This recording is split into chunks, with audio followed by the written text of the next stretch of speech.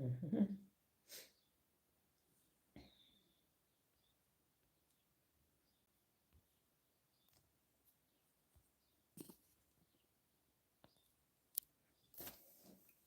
Okay. All right. Let me look at my tablet and see where we are. Almost 5:30.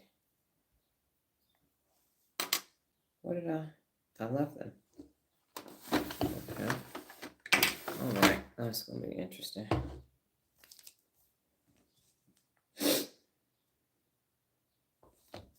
Okay. Guiding principles today. You're just going to need note-taking materials. I don't believe that we will have time to go and look at videos. We'll see how this goes. So get note-taking materials out. Yeah. And that's it. So we're going to go ahead and get started. On your own, go ahead and inhale and exhale 3 times. Deep, deep, deep breaths. Get the mind ready for today.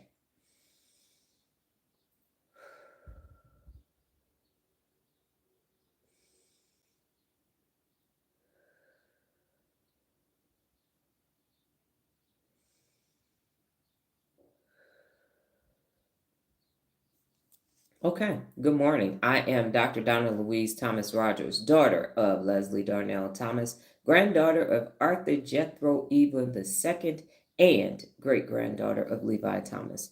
Welcome today to your morning mental workout. Today is Let's Talk Tuesday. And when we get more into it, I will tell you why we are doing Let's Talk Tuesday. But how do we get here in general? In general, we got here because of neurogenesis, which is the creation of new neurons in your amazing brain. And then that transforms into neuroplasticity, where you are wiring new neural pathways to your brain. It allows you to think differently, behave differently, act differently, function differently. And all of that leads you to neuropability, which is you take neurogenesis and neuroplasticity, you combine them with the 74 principles of real leadership. Good morning, Sabrina. You combine them with the 74 principles of real leadership, and you use the theory of personal accountability to wire your brain to unlimited pathways to learn how to hold yourself personally accountable to become your best. Where does it happen? That magic happens in the frontal lobe, in a special section of the frontal lobe, which is the executive function, also known as the CEO of the brain. We're going to use it today. So today, initially and I had my pre-notes prepared for us to talk to people and not at people, and wrap up the leader-led portion of the 74 principles of real leadership, because there are 16 of those. I started my notes yesterday, said, okay, the energy is not correct. Let me do it in the morning. I woke up at 2:30 this morning, get ready for talk to people and not at them. And the energy still wasn't correct. So I said, what is taking place? And what is taking place yesterday is I was on TikTok, and there was a gentleman on there, African-American gentleman, and he wanted everybody to know. So he had his son, who appeared to be about maybe 4 or 5, might have been 6. And the son is taking drumsticks in the air, and he's doing like this and hitting the drumsticks together. And he said to the son, I'm going to go get my belt. So the camera's to him. And then he turns around, and the son is still doing this.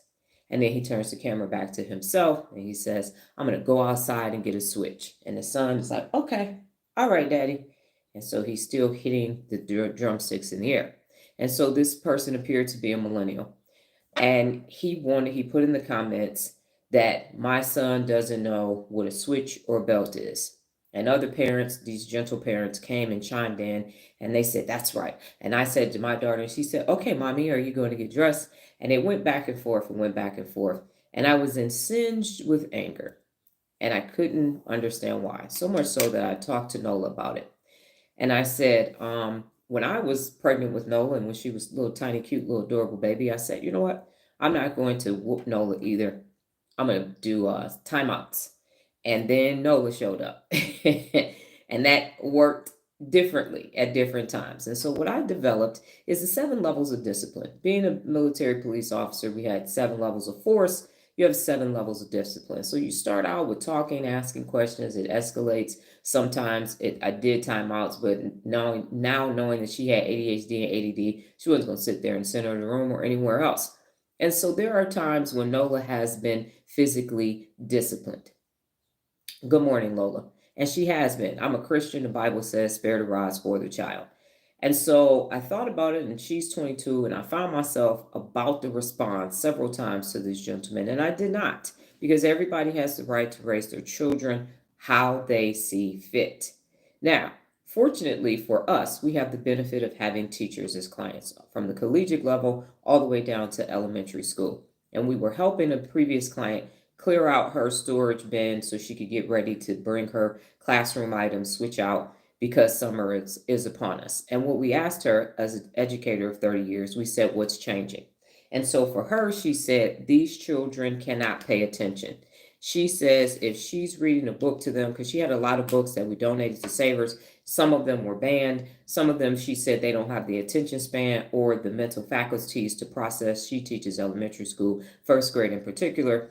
And she said that they have difficulties paying attention long term. If you go on TikTok, you watch any of the teachers in middle school and high school, they have the same problem. Hey, teacher, sir, I got to use the bathroom. I got to. So they have the attention span of a fruit net. Now, I'm saying that to say we also have clients who work with children with autism, and they have speech problems. And part of the reason why that is because these old eggs and this old sperm. So if you are 35 years or older and you're pregnant, they treat you as if you are a geriatric patient when it used to be 45.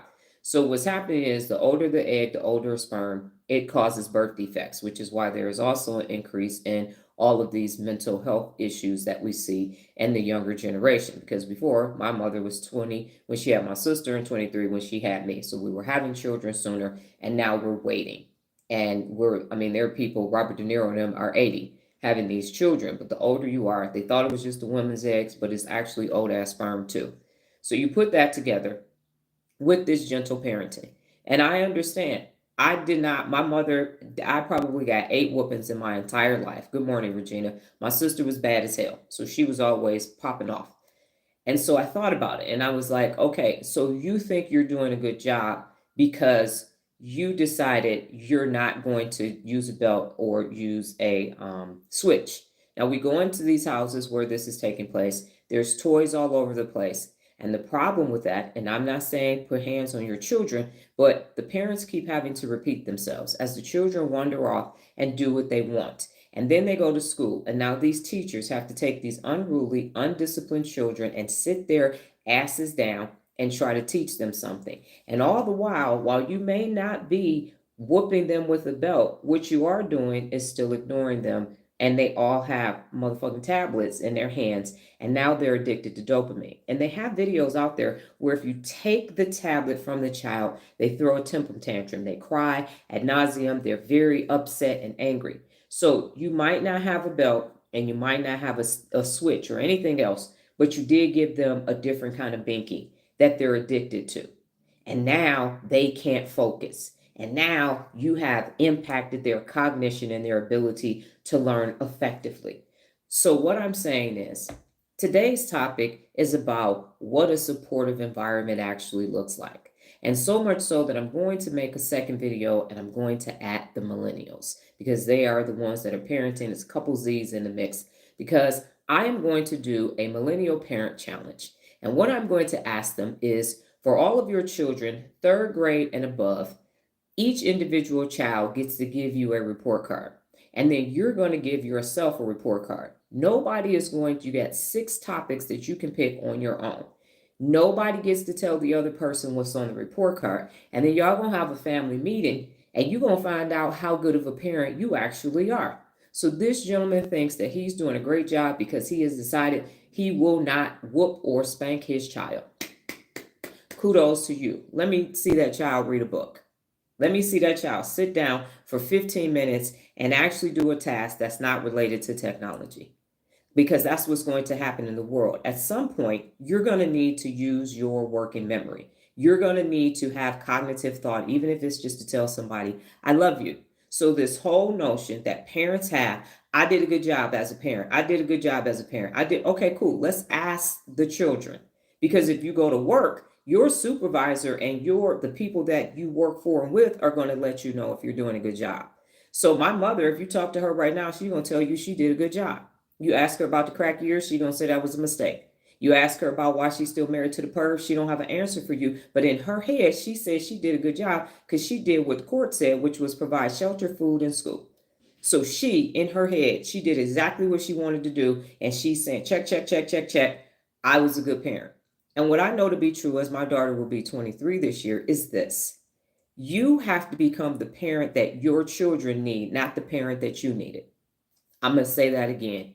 You need to become the parent that your child needs, not the parent that you needed. You don't get credit for all of the shit you wanted, you never had, you give to your children. You don't get credit for not whooping them and they can't read a book and sit still or pay attention. You don't get credit for not giving them life skills, but y'all went on vacations across the world their entire childhood. That's why the parent report card is so important. So I can stop this shit before it turns into a shit show. Yes, you have the right to decide how to discipline your children, but your children need to be disciplined. They actually need to be disciplined however you see fit. If they can't sit still in school and learn, what is that going to do for them in life? You're setting them up for failure. And while we see them forcing them to do all these things that they don't want to do, so you might not be using a belt, but you still ain't giving that child what that child needs. They don't have it. We've seen it. 2,200 appointments, we see it firsthand in homes from the hood to mansions to 10,000 square foot homes. It's not happening. But what is happening is parents are saying, I'm doing a damn good job. I didn't hit my children at all. Okay, cool, got it. Roger that. Because the other thing that we see is children not leaving the nest. We also go and see young adults and we ask them simple decisions and they can't fucking make a simple decision. What wall to put the damn picture on that you fucking bought?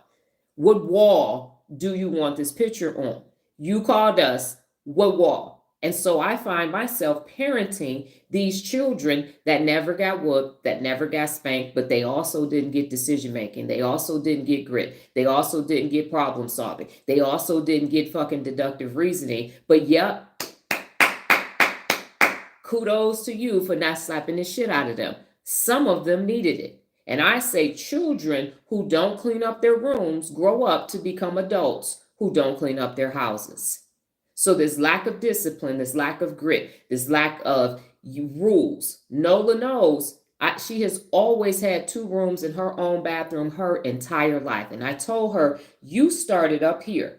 So the standard for you is way the hell up here. You didn't start from the bottom and only have 1 jacket like me. You had 2 damn wardrobes. And so because of that, the expectation is up here. The standard for you is up here. You got dropped off and picked up at school. And when you had to take the school bus, you got dropped off at the bus stop and picked up until the bus stop was right up the street, less than a block from our house. So this notion of I'm a good parent because look at all this fucking tan gray shit that I got in the nursery and you check, but you're not checking on the child to see what the child actually needs. So no, you don't get no credit for that bullshit. You absolutely don't. I'm doing the Millennial Parent Report Card Challenge. I know a lot of them ain't gonna do it because they know they want to showcase the shit that they're doing. And I see what you're doing. We got enough sample size here in Las Vegas. We done been in these homes. You just need a small sample size to know what's actually taking place with your matching fucking pajamas on all these damn holidays. We talk to the teachers. We talk to the administrators. We talk to HR people who now have your grown ass kids at work that can't make a damn decision. Doggone paralegal making $115,000 a year. The first thing out her mouth to her, the lawyer client that we had was, it's going to take me a little time to get acclimated to what you're doing. Come to find out, she can't file simple paperwork that a legal assistant could do, but she wanted $120,000 living at home with her parents and can't do her normal job function. So, yep, this shit is really working out. No, it's not. You are not creating a supportive environment. So we're going to talk about what an actual supportive environment looks like. Secondarily, because I was talking about Uncle Jerry and my family, those feelings came up and I've been processing those as well. Yesterday was the 3rd anniversary of Cinco de Slapo. And what I have found is the supportive environment is like the love movies, those, oh my goodness, the romance movies. Oh, P.S. I love you. And oh, this is so amazing. And You've Got Mail and Bridges of Madison County and Titanic. Oh, that shit sounds good on paper and looks good on a screen, but it's not actually happening in reality. It's not happening in reality. I think about every time I actually needed people, and not because of a health thing or oh my goodness, I need support to get out of this hole that I fell in. But when I needed people to get to a higher level, I got ghosted from elementary school until as recently as 3 years ago. So support comes and it's conditional. It's extremely conditional. If we were at a client's home and the son was negotiating with the mom back and forth, and I said, "Oh wow, he could really do well in sales," and she said, "No, he's being an attorney." I'm like, well, first of all, he got ADHD, so this ain't gonna work. He's not gonna sit through 3 years of law school. But okay, got it. So she is saying he getting ready to be this. So while you may not be using a belt and you may not be using a switch, you got them practicing the piano for 17 hours. You got them in dance. You got them in cheerleading. You got them in football and sports or none of that. And no, they can't have fun or nothing else because they're getting ready to be a doctor. So you already got them a baby stethoscope and everything else. And the child still didn't get a say. And that's the problem with the boomers and the X's and everybody else. You still don't get a say. You still don't get to choose. You're just not getting hit with a switch and a belt. But you still don't get to choose. We're going here. You're going to this school. We're eating this food. And you're doing this. Nola got to wear whatever she wanted to school. I had one rule. It needs to be cleaned and it needs to be ironed. And she put on some outfits, let me tell you. For her, if it was the same color, she had on tie-dye tank tops with plaid shorts, 5 fingers. She had these purple suede boots that she couldn't get cowboy boots. They didn't make them in her size. She wore them purple velvet boots until the toes wore off. I was so happy when she couldn't fit those boots anymore, but I let her wear them to school because the rule was cleaned and ironed and groomed. And had it. I'm not saying that I'm a perfect parent. I'm still figuring this out because now she's adult. She's a 4-year-old adult and I'm still figuring it out. But what I do know is that they get to have a say. What I do know is being the parent that you wanted is not going to help the child that you had. I know that. I 100% absolutely unequivocally with every fiber in my fucking being know that shit don't work. I'm going to do a better job than my parents. No, the fuck you're not, because your parents raised you. How you going to do a better job, and how do you get to determine better if you don't become a better person? These people kill me with, oh, my child can't watch that on television. Okay, let me ask you this. We're in the family room, and this big ass TV that's on, the volume is on low. You got 17 bottles of liquor on the kitchen counter. Make that make sense. Make that make sense. So they can't watch a rated R movie, but they just got to stand on a chair and they can have all the fucking absolute and everything else they want. It ain't even locked up. Drink carts right as you walk into the family room. Yep, that TV is the problem, not that doggone drink cart right there.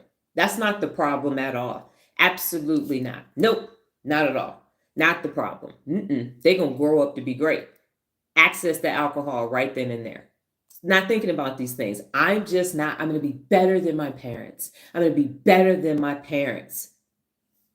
Hi, I'm going to be better than my parents. Better than my parents. No, the fuck you ain't. You know how you be better than your parents? You become a better person. You become a better person. You become a better person. That's how you do it.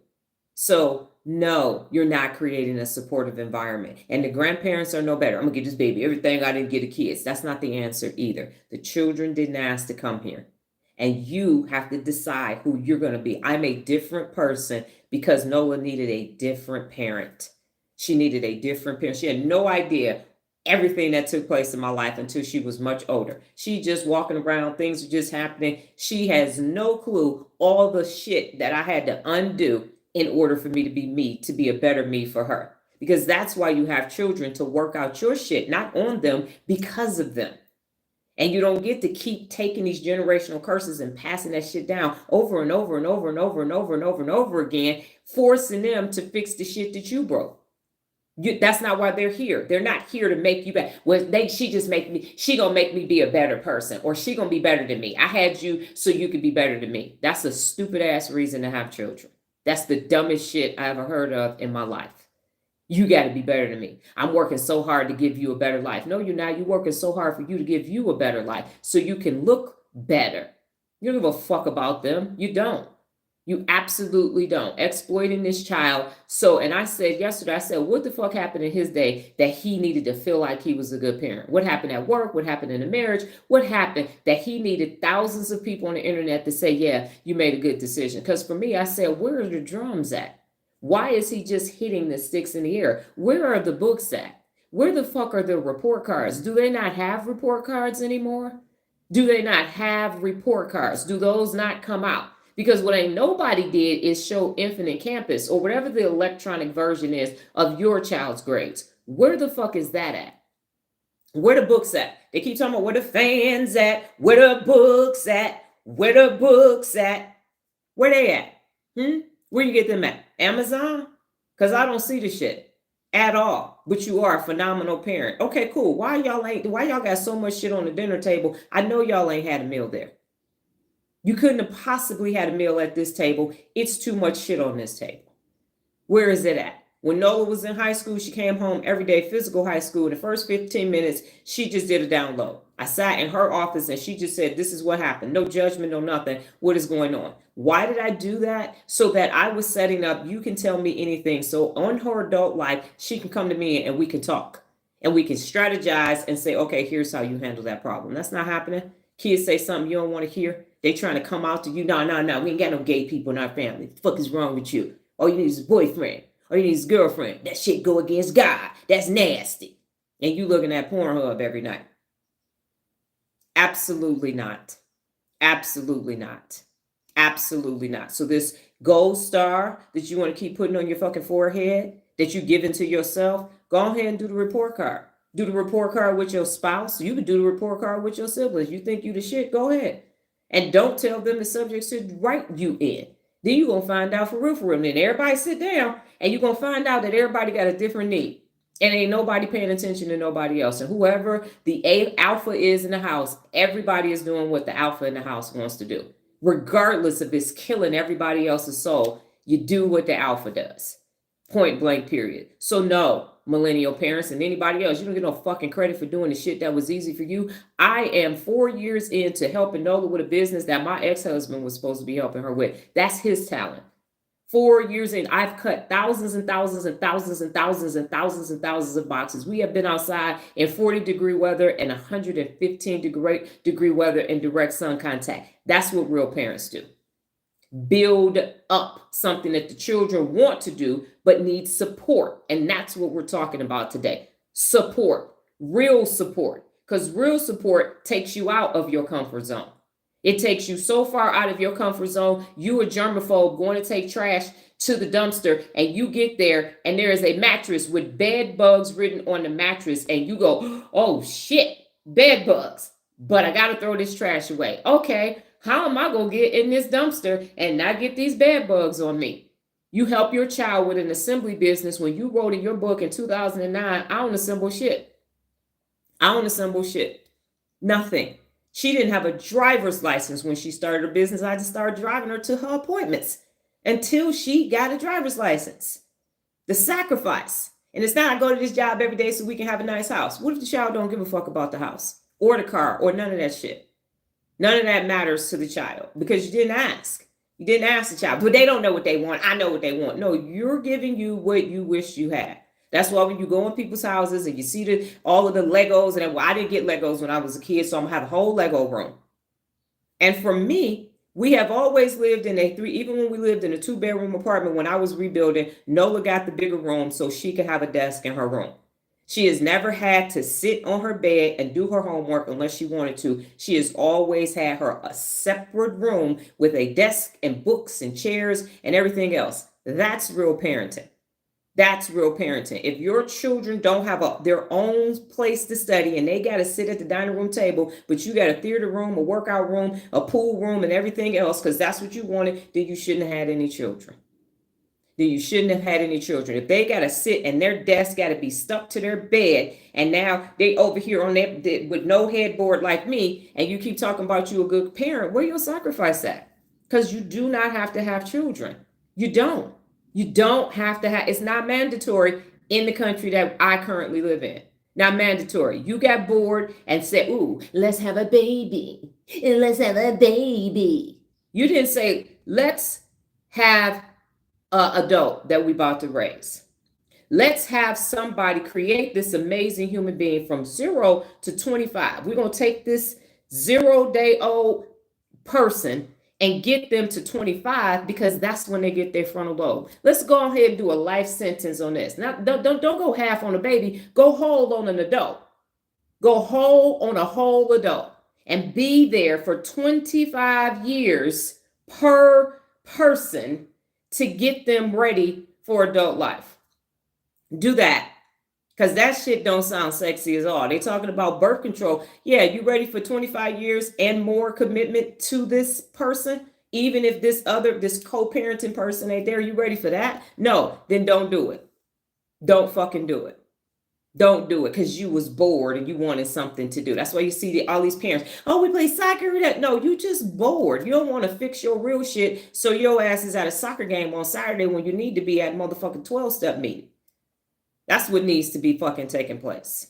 That's what you need to be doing. But you're doing what you want to do. And then they're going to get, oh, I don't know what's wrong with these kids. Yes, you do. You fucked up and you don't want to fix it. So then you're just going to kick them out. They just need to get their stuff together. All that I did for them. And now they can't. And then every month they asking me for money. Well, did you make them have to earn money when they was at your house? Or did you tell them they had good grades and they ain't need no damn job? Is that what you did? Because when Nola turned 16, hey, here, this is, you got to pay electric, gas, all that. This is all the expenses. This is how much cars cost, insurance, everything else. 4 years old, she understood the difference between a debit card and a credit card. That's what took place. So this whole notion that you not going to hit your kids, okay? And what about all the other shit that they actually need in order to be successful adults? Because it's not it. And for this whole notion, oh, they doing good. They got a good job. Okay. They got a liquor card at their house too. Did they get that from you?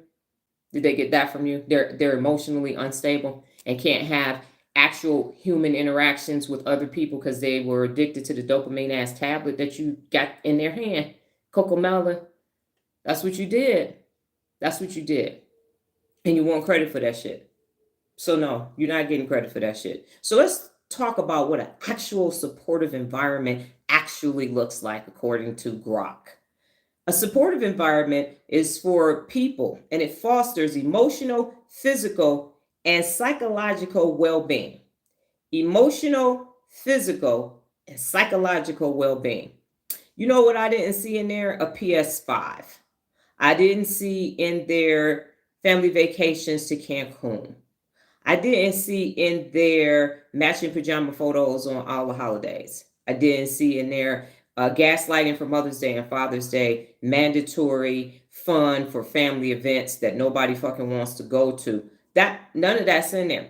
I didn't see you owe me because I had pleasurable experience with my insignificant other, and now you owe me because I decided I wanted to have you and you were supposed to make my life better. I don't see that in that definition. How the fuck I owe you when you decided to have me? Never made sense to me. I just owe my parents because they sacrificed so much. No, they didn't. They made a choice that they wanted you to come here. So you don't owe them shit. You don't owe them shit because you didn't ask. You didn't knock on their door and say, hey, can I be your kid? Can I be your kid? No, that's not how that happened. You and another person decided this was a good idea. So how the fuck do I owe you? And watch this. And I hope I piss a bunch of people off on the replay. In America, your responsibility is to get them from K to high school graduation.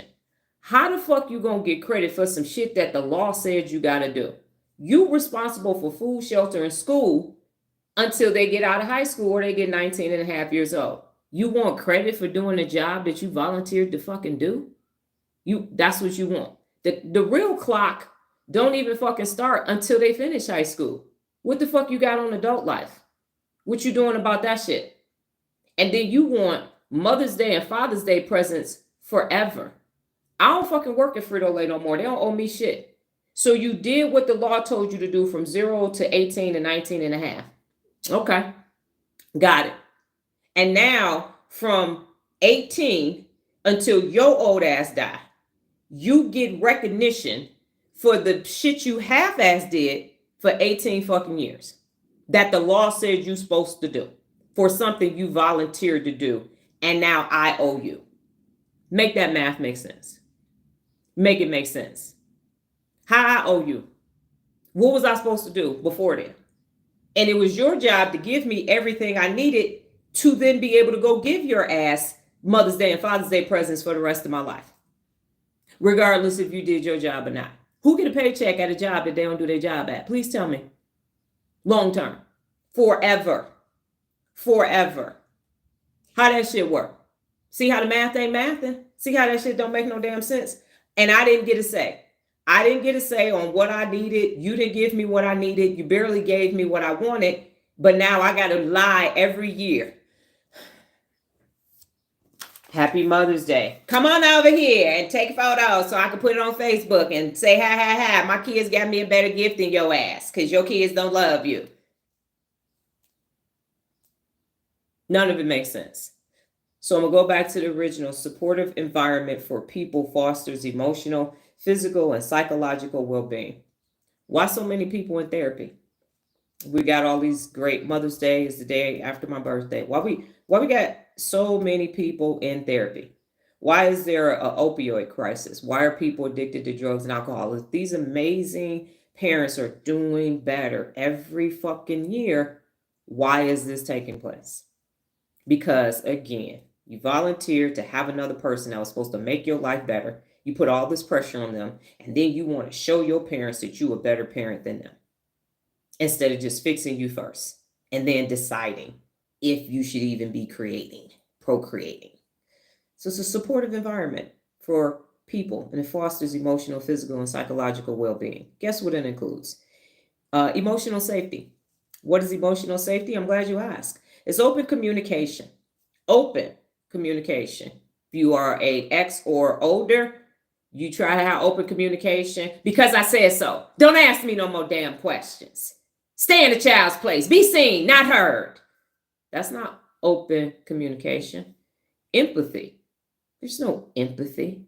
If you go to school or you go do something that your parents told you to do and it went left and you embarrass them, you don't get fucking empathy.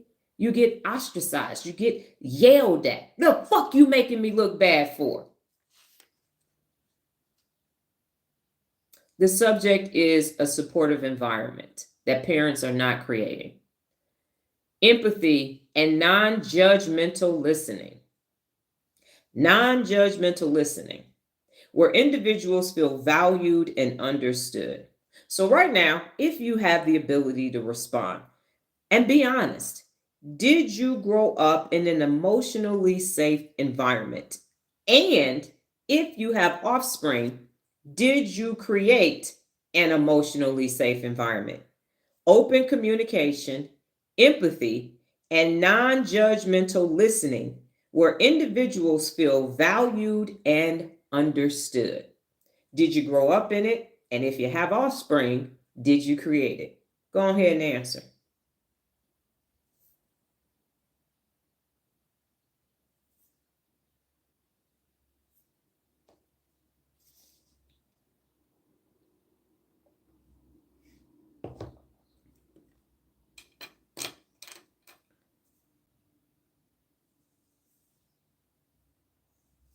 Did you grow up in it, flexible? The question on the table is, did you grow up in an emotionally safe environment, and did you create one if you have any offspring? That's the question on the table.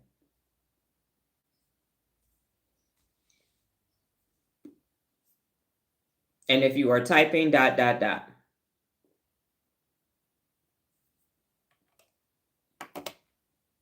And if you need to know what principles of real leadership we're using today, it's technical competence.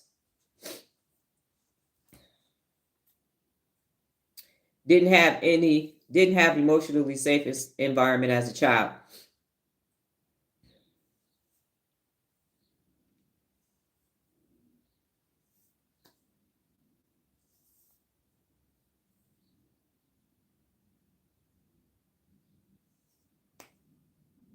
And my offspring has said no. Didn't grow up in it, but I did create one as a parent. Got it. Nola, can you elaborate on your no?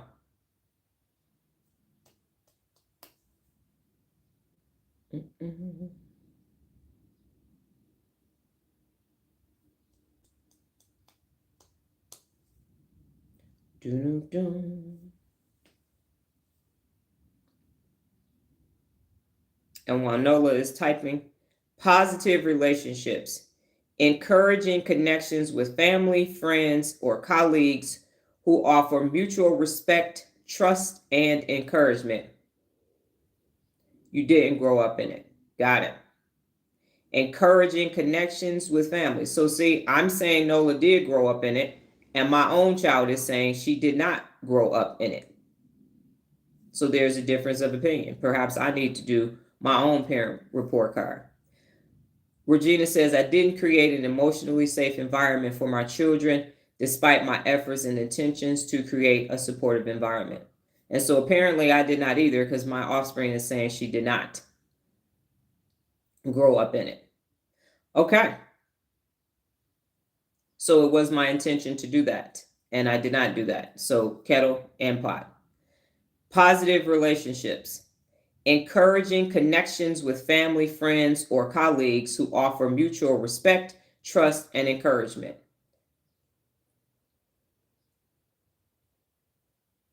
I didn't grow up in an environment where you forced me to do stuff. The question was, did you grow up in an environment where there was open communication, empathy, non-judgmental listening, and where individuals feel valued and understood? So that was the question, because you don't have any children. Did you grow up in an environment where there was open communication, empathy, and non-judgmental listening, where individuals felt valued and understood? Okay, so my offspring did not understand the question. So now she's saying yes. So we are good. Got it. Well, then yes. And she does not have. Okay. So got it. So for y'all watching on the replay, okay, I thought you were talking about what the other parents were doing. Okay. So I am correct. I did create an emotionally safe environment. I was gonna have to go offline and say, okay, what do I need to work on?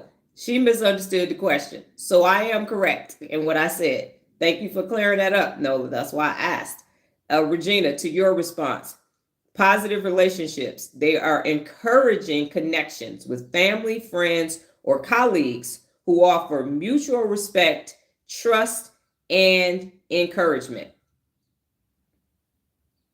So, do you have positive relationships? Did you have positive relationships growing up with family, friends, or colleagues, peers who offer mutual respect, trust, and encouragement? Because this is number 2 for having this supportive environment for people where it fosters emotional, physical, and psychological well-being. Is that answer, Sabrina, yes to number 1 or number 2? Because the first one is emotional safety. And somebody's message, let me see what that said. Okay.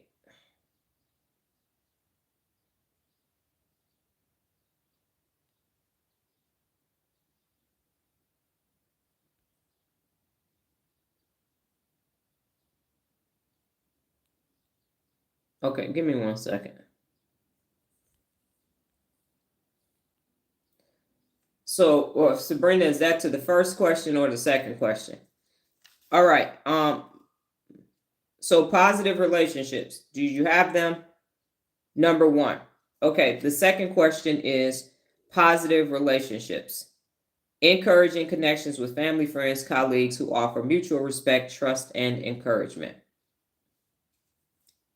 Do you have that? Did you have that?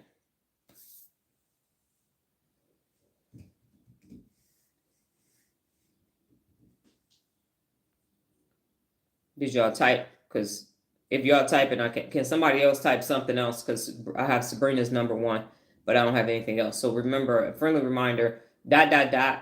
will help me. Okay, first question. Thank you, Sabrina. I see it. Because I had to remove somebody from the live. So I was making sure that person is gone because of what their hidden messages were saying. They were cursing. Nola says yes. Regina has writing. Kevin, are you there? I have positive relationships now. My answer is no, I didn't for a very long time. More of my life than not my life, the majority of my life. And the reason why my answer is I'm saying that I didn't have support to become extraordinary. I didn't have positive relationships to become extraordinary. So when I said I was going to go do something, people looked at me like I was fucking crazy. Whatever I said. When I said I was going to win squad, people laughed at me at ROTC, especially Kevin said yes, especially when they saw squad. As I mentioned, Collins he was 4'11" and Amy Palmer was 5'11". So we looked like a gypsy bandwagon ragtag group of wannabe cadets when we first started.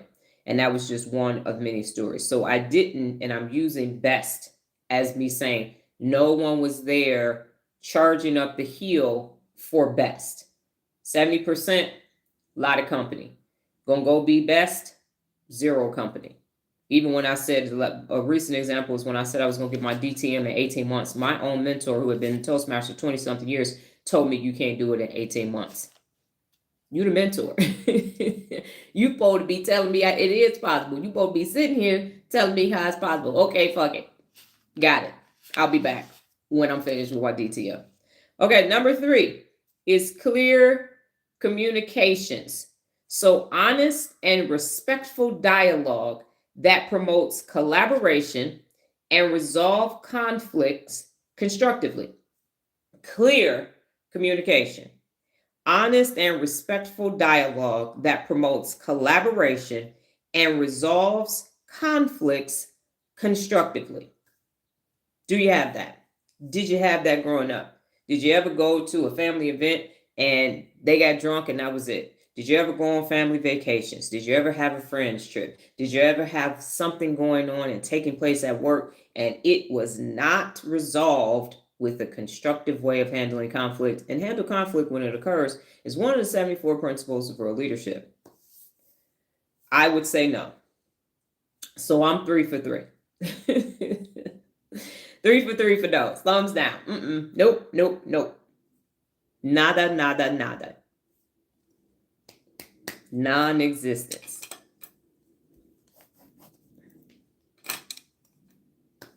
No, please repeat clear communication definition. Honest and respectful dialogue that promotes collaboration and resolves conflicts constructively. Honest and respectful dialogue that promotes collaboration and resolves conflicts constructively. That is clear communications. And as we know, communicate effectively is one of the 74 principles of real leadership, as well as handle conflict when it occurs. And a third one is treat people with dignity and respect. See how that works? And the positive relationship, the principle of real leadership that goes with that is help others and empower others and provide coaching and lead by example. See, I told y'all, 74 principles of real leadership is the mud seal of your life, of your adult life. And for emotional safety, open communication is communicate effectively. Empathy is talk to people, not at people. Non-judgmental listening is listen. And then where individuals feel valued and understood is embrace diversity. Embrace diversity. So 3 of the 3, I have attached multiple principles of real leadership in order for you to create this supportive environment. So clear communications. Do we have that? Third one on the list. Third question answer, no, I didn't. Clear communications. Honest and respectful dialogue. No, laugh out loud. Resolving was fist flying. learn some taekwondo to resolve that conflict. Right. See? No bueno. Yes. Had to learn how to fight starting in my own home. People can beat you up when they're bigger than you, but once you get bigger than them or the same size as them, the fights turn different. They different when somebody throw. Yes. Read clear communication definition. No, I am working on being an effective communicator. So in our household, the lack of communication is coming from my offspring and not myself. But she is working on it, and it is better now than it was even this time last year.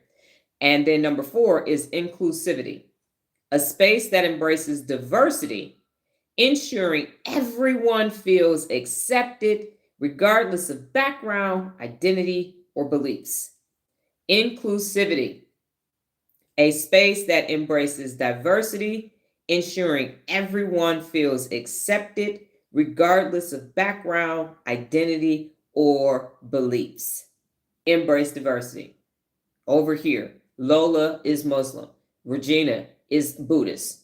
And then I believe the rest of us are Christian. I'm non-denominational. Nola is Baptist. Sabrina and Kevin, you can chime in. And it don't matter. We got boomers and X's and Z's, have had millennials and no A's yet. And at one point, I think I might have had on my TikTok live, I might have had silent generation on there. So your beliefs. Safe space over here. The barrier to entry is personal accountability. That's the barrier to entry. Are you going to hold yourself personally accountable to be your best? Cool. Come on in. Come on in. Come on in. So inclusivity. Have you been in environments and growing up, working environments, a space that embraces diversity, ensuring everyone feels accepted regardless of background, identity, or beliefs? My pervy ass stepfather had the nerves to say he doesn't agree with Nola being gay and he doesn't support that. Bitch, I don't agree with you walking around with no motherfucking pants on and pleasuring yourself in front of me for 4 fucking years, but we not gonna pay no attention to that, right? You want me to join in and shit. That's okay, because I'm a girl, you a boy. But that right there ain't okay. Okay, right, Roger that. I don't agree with your lifestyle. Motherfucker, I don't agree with your lifestyle. Either your lifestyle impacted my lifestyle. So inclusivity. Inclusivity. Did you have it?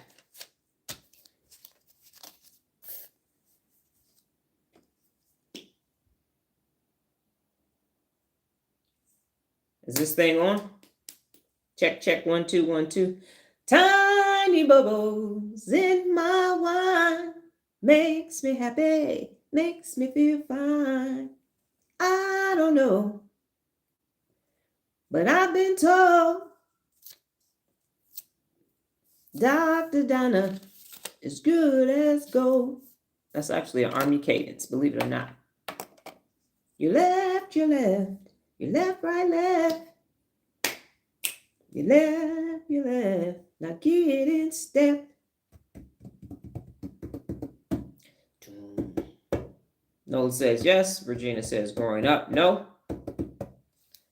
Sabrina says, yeah, 2 of my family members played music, musicians, and healthcare. So yes, Roger that. And Mr. Hook, inclusivity.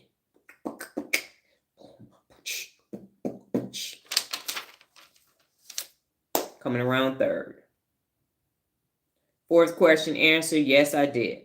All right, number 5, resources and opportunities. Access to tools, education, or support systems that enable growth and resilience. Resources and opportunities. Access to tools, education, or support systems that enable growth and resilience.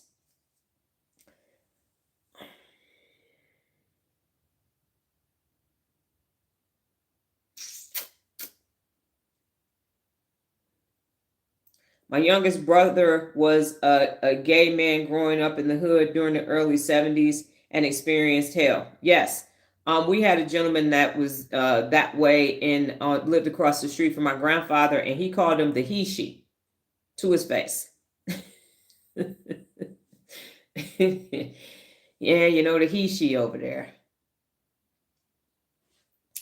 Okay. Access to tools, educations, or support systems that enable growth and resilience. Did you have that? I did not have access to the tools. Because my mother was a government employee, you can appreciate this, Sabrina. Back in the day, she used to go to the supply closet. So we had the steno pads, those big ass metal scissors, the black government pens, the green government pencils for school supplies. We did get a trapper key, but when it was time to re-up, she just went to work. So we had a bunch of government school supplies. We had one big ass dictionary that we had to use for everything. We did not have Encyclopedia Britannicas. I did not have a desk. I did not have a chair. I did not have a headboard. But we had a floor model color television. Yes, we did. We sure did. And cable and everything else. So no, she would say she did the best that she could. We had 4 people in our house and we only had 3 forks. We couldn't even have a family dinner. Yeah. So no, we did not have a hot water heater for 4 months, from October to February, and because my mother had to wait to get her income taxes back. So we had to boil water to take a bath. We had what was needed. Yes, we did not. No, always needed something. We would run out of food every 2 weeks on payday for a while. And come to find out, it was because my mother was not good at managing her income. That's why it was lacking. Yeah, nope. But we sure had some curtains and rugs and potpourri and a bunch of other stuff, but never what we needed. Never what we needed. Okay. Yes, Kevin and Nola, did y'all have what y'all needed? Question number 5, resources and opportunities. Never really had opportunities either. And for me, and don't get me wrong, people showed up to certain things. People were there. I could have had it worse. I don't know how much worse, but I could have.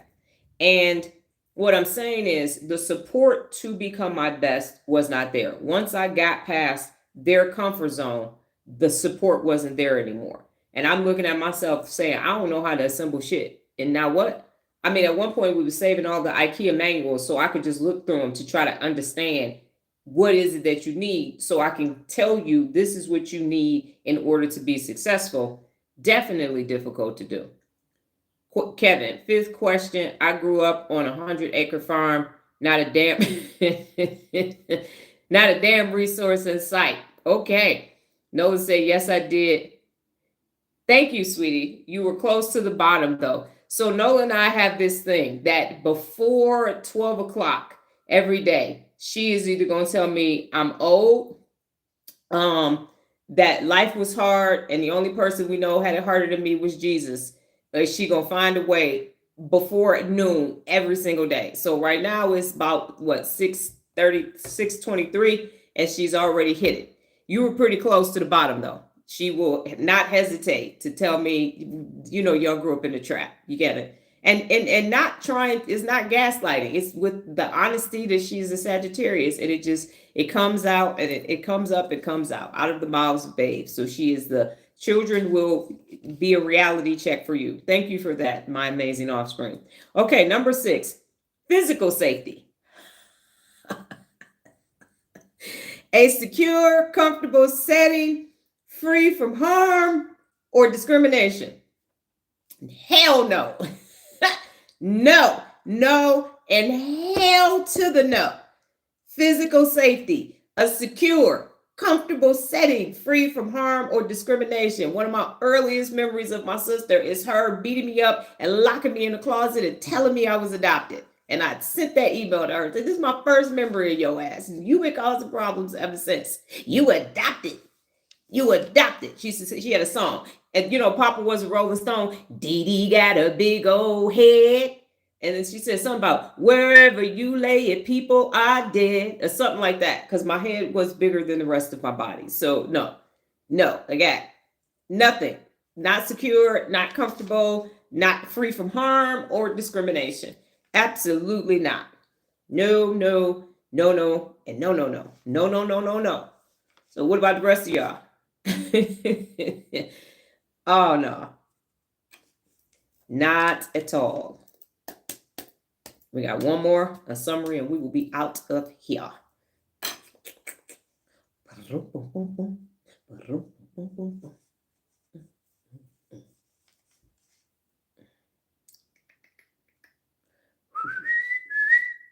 Charge.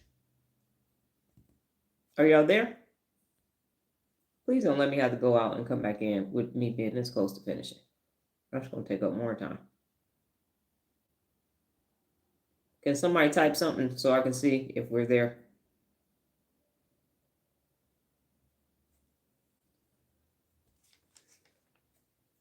Got it. Thank you, Regina. Boom, boom. Physical safety, secure, comfortable setting, free from harm or discrimination. Physical setting. Physical safety. Good morning, Lola. A secure, comfortable setting, free from harm or discrimination.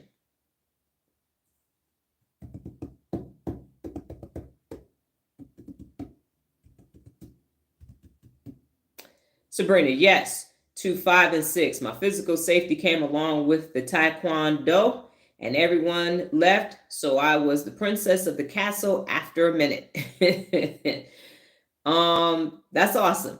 I did have some relief when my sister finally left and went to college. She went to a JUCO for 2 years, but my senior year of high school, she went to Oberlin College in Ohio. And so my senior year of high school, there was a little bit of reprieve, but I was in the reserves, and then the damn war broke out.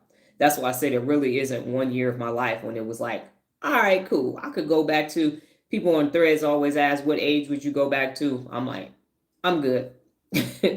None of them. Kevin says, 6th question, answer. Does getting trampled by a herd of cattle count as not being safe? Yes, Kevin, that does count as not being safe.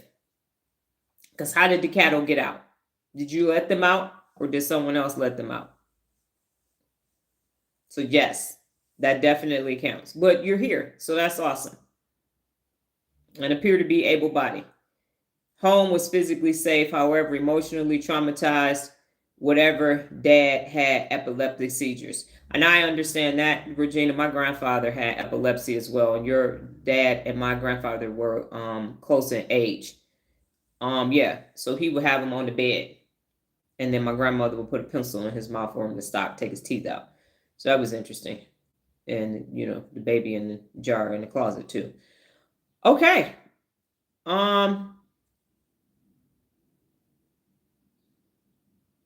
All right, number 7 and the final one, encouragement of autonomy. So support for individual goals and decisions, making a decision making balance with guidance when needed. Encouragement of autonomy, support for individual goals and decision making balanced with guidance when needed. And then, Kevin, if you need the definition of autonomy, it is the state of being self-governing or having the ability to make one's own decisions independently of external control. So the example that I have is that Nola she got to go to the store and pick out her clothes. And the only rule was, well, she had to be in dress code, obviously, for school. But outside of that, cleaned and ironed. Put on whatever you want at that point, cleaned and ironed. That was it. She's the only kid in school with 5 fingers when they first came out. And then I think one other person had it. And she wore those little 5 fingers with every outfit, no matter if it matched or not. She had all these colorful scrunchies in her hair and slap bracelets and watches and necklaces. Definite. Number 7 definition is engagement of autonomy. Support for individual goals and decision making, balanced with guidance when needed. We used to go to the art fair. She would make her own purchases herself with her own money, make her own decisions at Whole Foods Hot Cart. Sometimes that went left. And at restaurants.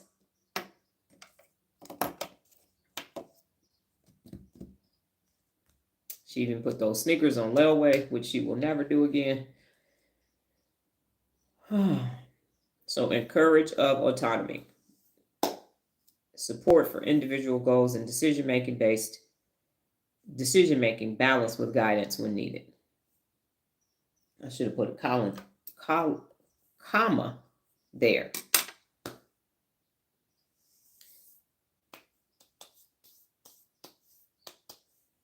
All right, number 7, and we're out of here. Your answers for your 2 questions for the day. 7th question answer, yes, I did. I will say I got to do what I wanted to do, but it was more because, Nola and I've had this discussion. My mother made a better aunt than mother because she was checking in and checking out. So we did get to do what we want to do, but we did not have the guidance that we needed.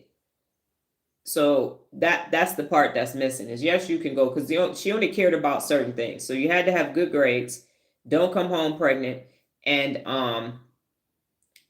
graduate from high school and college. So it's a very simple checklist. And other than that, it was a free-for-all, which is not good because sometimes you need guidance, and it wasn't there. So Regina and Sabrina, if you can answer, then we will go ahead and bust a move. And I can summarize while you are answering. So the examples of nurturing environments are nurturing homes, inclusive workplaces, or community groups that prioritize well-being and growth. Where these safe, supportive spaces are: nurturing homes, inclusive workplaces, and community groups that prioritize well-being and growth. So such environments boost confidence, they reduce stress, and they enhance overall quality of life. Such environments boost confidence, reduce stress, and enhance overall quality of life. And Regina said, I experienced autonomy as a teenager, guidance not so much. Okay, so here's my summary while you all answer the questions. What did you learn today, and what did you learn about yourself? Here's what I will say. We did not learn how, as a society, as human beings, to create supportive environments everywhere that we go. So there are some places that we can go. You, Regina, you can speak with your Buddhist friends and some of the people that you've made connections with now, but we can't go everywhere and it's a supportive environment. And we should be able to, having been here for thousands and thousands and thousands of years, because we have turned into the saber-toothed tigers. And I have said that. Because the brain, the negativity bias, hardwired, we just turned into the saber-toothed tigers because the brain is wired for negativity. So the brain said, well, where's the threat? We need a threat. And so then the brain created threats. So it's a self-fulfilling philosophy. Prophecy, which came first, the chicken or the egg? So this negativity bias is stopping supportive environments for everybody. There are brand new newborn babies that are not in supportive environments, and they didn't ask to come here. None of us actually asked to come here. The people before us said, we're going to bring some people here into this fucked up ass situation. And that's the issue, because I'm not going to bring something to your attention without addressing the root cause of this. And the root cause of this is we became the saber-toothed tigers, because the saber-toothed tigers, Tyrannosaurus Rexes, we don't have, unfortunately for us in Las Vegas, because they're building up the damn mountains. We got coyotes and wildcats coming down, but their houses are being taken from them. So bite whoever the fuck you want to bite, because that's not necessary. Capitalism at its finest. So it's us. We're all complicit in it. I grew up in a very toxic household, to the point where yesterday was the 3rd anniversary of Cinco de Slapo, because people just couldn't stop. They're just going to keep acting like a damn fool. And sometimes you have it, sometimes you don't. You have parts of it, you have not parts of it. And it's because of adults' inability to wire their brain to neuropability. Until you become your best, until you fix your defects of character and become your best, until you go from a Chris Henry at 70% to 100%, there will not be safe, supportive environments everywhere we go. And people will be looking for their cave, their comfort zone. I can go over here, I can go over here, I can go over here, but I can't go over there. Why not? Why couldn't your brother walk down the street and be who he was, especially for you, Regina, because Antonio Fargas played the character in Car Wash. And I was friends with him for a couple years. And so I had the conversation with, why did he have that role? Why did he do that in the 70s when that was not a popular decision? It was not. And he is heterosexual, has a second wife, a child, and everything. So why not? Why can't you be who you are and walk around and be who you are? Because of negativity bias. Regina said, I learned that all people need supportive environments in order to live a healthy and productive life. Kevin said, learn today, be the parent your child needs, not the one you needed. And then Regina says, as a person, I create supportive environments for myself and other people that I interact with. I do this with friendships and other people that I associate with. Yes. And look how all the things that you had to grow through in order to make that a reality. And we shouldn't have to keep growing through these things before we get to the healthy things. And negativity bias is the problem. And because of that, it leads to conformity bias and confirmation bias and ageism, sexism, and racism, because people feel safe in that. They feel protected by all of these negative things. I don't want to appear to be vulnerable. I don't want to appear to be weak. So you're weak, you old, you is black, you white, you a woman, you're gay, you have autism, and also you're the weak one. I'm not. Look how strong I'm is. No, this shit is stupid. It's dumb as hell. It makes no sense at all. You can't get the Maslow's hierarchy of needs because fucking every environment is fucked up. I mean, Sabrina had to learn Taekwondo. Why? Why couldn't you learn how to play the piano or something else? Put them up. Put them up. Why? Because the saber-toothed tiger is an academic, to quote Floyd Mayweather.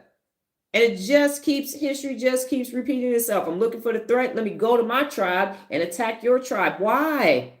Stupid. It's so dumb at this point.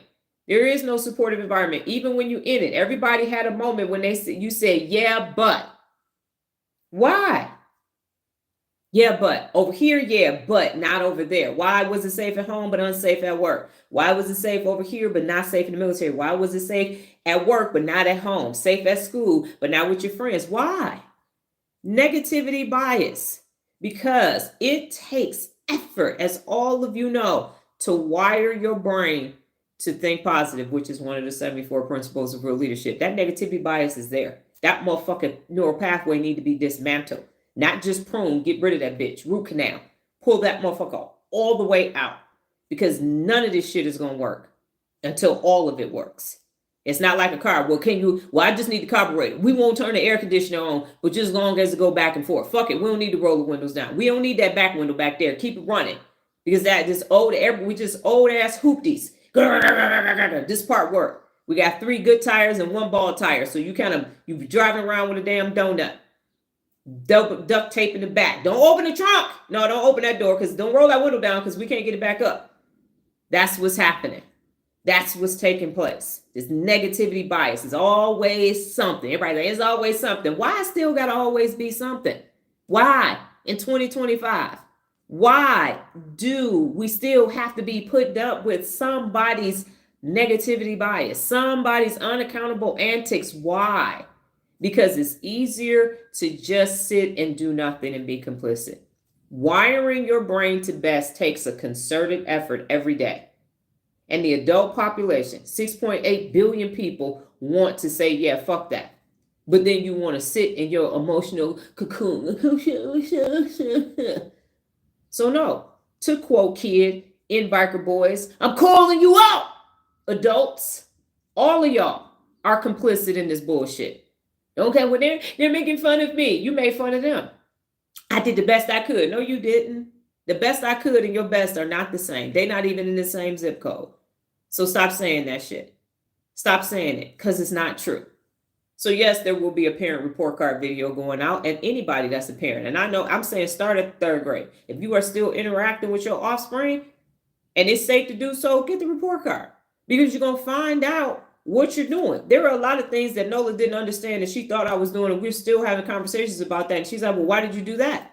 Because I had a strategy. If you want to know why I'm doing something, just ask me. I'm going to tell you why. Because I don't do anything without a strategy. This live is on purpose. Because I had a different agenda that I was prepared to do. And I didn't. Because now this is more important. Regina, what did you say? Just visited with an 80-year-old woman who is raising her 5 and 8-year-old grandchildren because their mother was murdered. This 80-year-old woman has adult children and adult children. Grandkids aren't really in an emotionally supportive environment. Right. So you're saying the 80-year-old woman has adult children, grandkids aren't really. So you're saying that the grandmother is not the emotionally supportive environment. I think that's what you're saying. Correct me if I'm wrong. Candace said, learned about myself, the support system I created because I didn't have a support system when I grew up. And then Nola, did you have a response? What did you learn today and what did you learn about yourself? So in summary, this is what I'm saying. All of us need to become personally accountable. And the reason why you do that is because the 74 principles of real leadership create supportive environments wherever you go. Nola has, even though I don't assemble shit, if she goes in an appointment and I'm not there, the first thing people say that they know us, they're like, where's mom? Where's your mom? Your mom's not here? And she said they get a little sad. Even though I ain't gonna put shit together, but some drawers. But me being there makes this a complete, they know, now they don't want me to show up and Nola not show up because ain't shit gonna get put together. We will have a good conversation, but they still gonna need all their stuff put together. But that energy that I bring is like, wow, I'm gonna sit down and be able to have this conversation. It's a safe space for me. There's no judgment here. We have people who work on Pornhub and are ladies of the night, if you will. They do those things. And we are there like, okay, where you want this? You want this? Let me move your prop out the way so we can get to this thing. Where is it? Okay, cool. That's your stuff for work, your costumes and everything.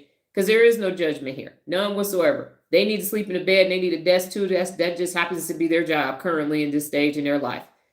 And so I'm saying everybody needs to learn how to hold themselves personally accountable because at some point in the day, the week, the month, the year, you're on the receiving end of a non-supportive environment from a non-supportive person because of negativity bias. Because of that, that's why we're here. That's why I still got to say this. I soon to be 52 years old because the shit is still happening. You got parents saying, I don't whoop my kids, and you don't talk to them either. And you just stuck a tablet in their hand and you just created an addict. Here, no belt, no switch, but you still causing problems for them. They still gonna grow up having to recover from some shit because you didn't fix you first. Because you decided this is what they needed without really deciding what that child needs. Got it. So Sabrina said, all joking aside, after learning more about the culture, it taught me not to fight and be peaceful, but I learned to defend myself. Yes, and I'm aware of that too. I did take taekwondo, but I got a PCS, so I couldn't finish. So I did it when I was in elementary school at the Y, and then again when I was in the Army. And I understand that's the whole point, is that you don't use it until you need to use it. So it teaches you all these other levels of discipline. Part of the reason why I took it was because of my anger issues, so I wouldn't beat people up and all of that, or get into physical altercations. Grandmother and grandkids aren't in emotionally safe environments, and there are grown people who can't help grandmother care for grandkids and create a supportive environment for all. Okay, well then that needs to be set up before we have another generation of dysfunctional, emotionally neglected, and I like to call it emotionally malnourished. That's what I say took place for me. So in summary, Nola got kicked out. She's coming back. Here's what I'm saying, ladies and gentlemen. The 74 principles of real leadership work. They are designed for it to be the mud seal of your adult life so that you can become your best. It takes effort every single day to be personally accountable. It takes effort every single day because you're hardwired not to make that effort. You're hardwired to literally say, yeah, ain't nobody else doing it, I ain't doing it. And you're just part of the problem and not part of the solution. So you don't get to unhear what I'm saying. You don't get to not do it anymore because you're like, I'm tired. I don't care. I'm tired. I've been tired. I'm averaging about 5 hours of sleep now. I guarantee you, I got way more stuff to do than anybody on this live, whether you live now or whether you watching on the replay. Nobody doing more than me on a daily basis. Not one person.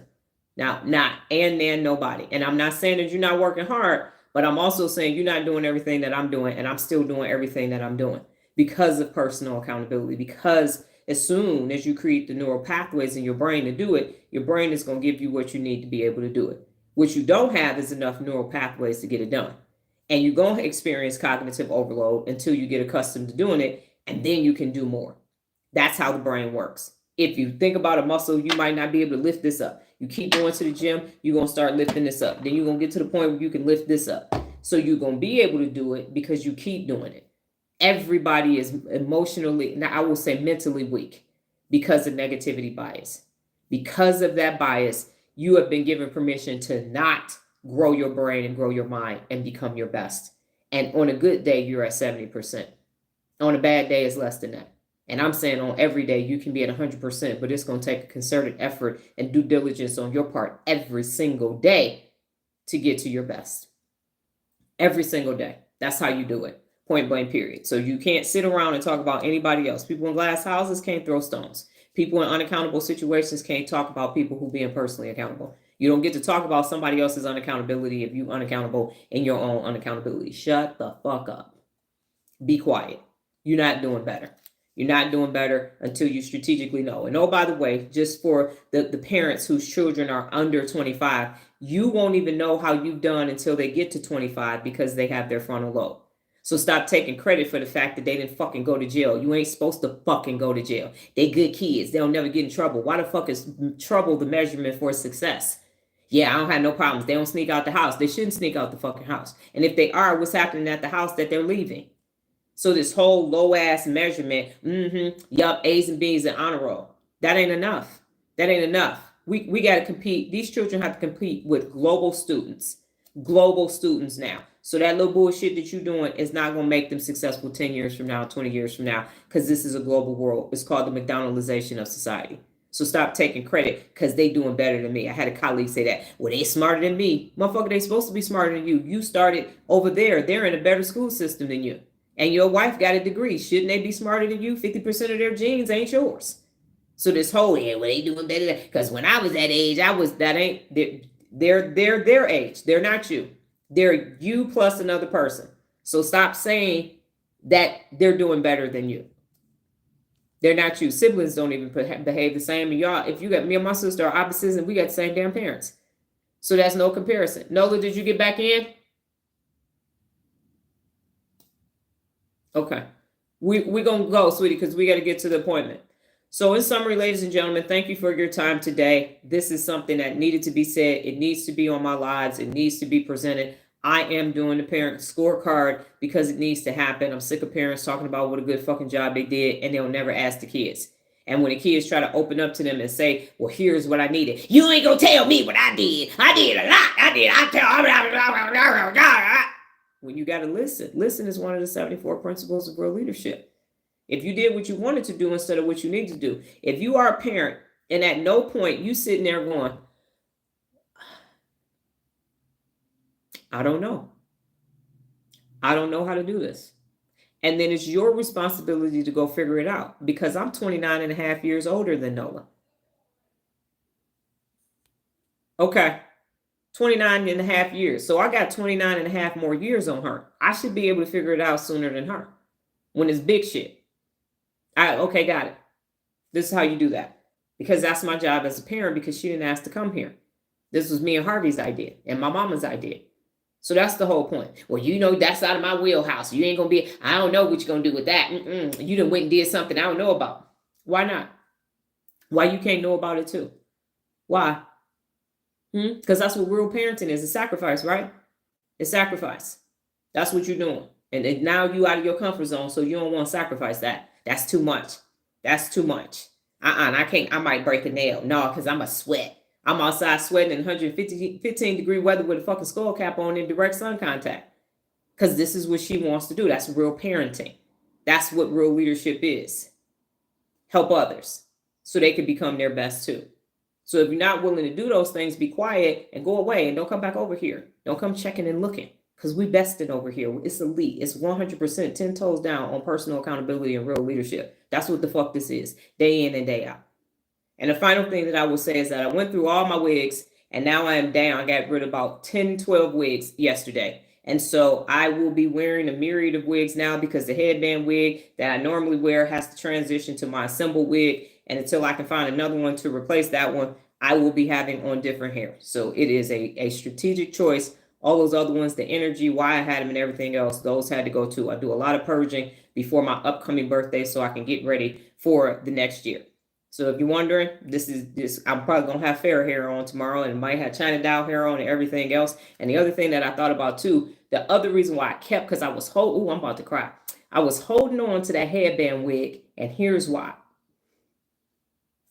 Anytime I look anything other than the headband wig, just like somebody just said, you cute, that shit triggers my 26 fucking sexual assaults. And now I'm like, I'm just here trying to teach y'all about the brain. And now I got to worry about getting hit on.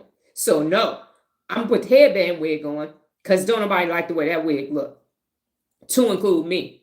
But I'm not doing that shit no more. I'm wearing what the fuck I want to wear. And if you say some foul shit to me, your ass is getting blocked. That's what's happening. That don't even make no damn sense. I got on a fucking brain t-shirt and no makeup or nothing. So you ain't gonna say, I gotta keep it safe. I gotta keep myself safe. Fuck y'all. I'm wearing whatever the fuck wig I want to put on. I don't have no earrings on, no makeup or nothing. Ooh, you cute. You cute. Why the fuck can't I just be online talking about the damn brain and teaching y'all about personal accountability without getting hit on? Well, you should be happy that people are attracted to you. Or I should be able to teach what I came here to do without fucking getting unwanted advances. I ain't transmuting right now. I'm teaching y'all how to create safe spaces. But I gotta ugly it up so I can not be alluring or appealing to people. I'm not doing that shit no more. Motherfuckers say something, you getting blocked. I shouldn't have to fucking do that. I ain't over here like, yes, it's a real leadership. Boy. I'm over here talking with a brain background and a fucking brain t-shirt and can't be safe through the internet. But fuck that. I'm walking through that bullshit too. Not a safe space. How come? Why not? Well, because look, you hit the DNA jackpot. I ain't got shit to do with this. I look like my daddy and I should be able to be on the fucking internet with a goddamn wig on because I got fucking alopecia. Tell y'all about the damn principles of real leadership without some fucking pervert say, ooh, look at you, So that's, I'm gonna wear all my fucking wigs. I'm not about to be sitting here looking like a fucking school marm so I can be safe. You gonna get blocked. Don't fucking say no dumb shit to me. Don't be asking me about marriage proposals or nothing else. Nothing else. I'm not presenting that energy. Don't come bringing that shit to me. So that's the reality of the situation. So I'm not wearing that hair no more. And I'm not going to fucking replace it. And I'm going to be on my damn environment wearing what the fuck wig I want to wear and shirt I want to wear. And anybody that's trying to assault or say some dumb shit to me, you getting fucking blocked. I'm sick of that. Sick of that. Oh my God, when did they say this? I got to make sure I got this on because I don't want nobody say this. I don't get assaulted again. I wish a motherfucker would. Holy help your ass. I promise you, it will not end well. It will not fucking end well. So that's my truth today, ladies and gentlemen. Y'all know me. I'm going to say it's going to come up and come out. And then you need to do the same thing because fuck this. And these non-safe fucking spaces. And we got, because of these fucking saber-tooth tigers. I'm fucking tired. And it happens every year. If you're around next year, the same fucking thing gonna happen again for my 53rd birthday, God willing. All this stuff leaves because I'm closing this motherfucking year out. Closing it out. And on to the next one. To bigger, better, badder, bolder things. With that being said, God willing, higher power in the universe, I will be back tomorrow with a different fucking wig on, doing my thing so that you can listen, learn, and go do your thing too. Y'all go off and have a terrific Tuesday. Adios.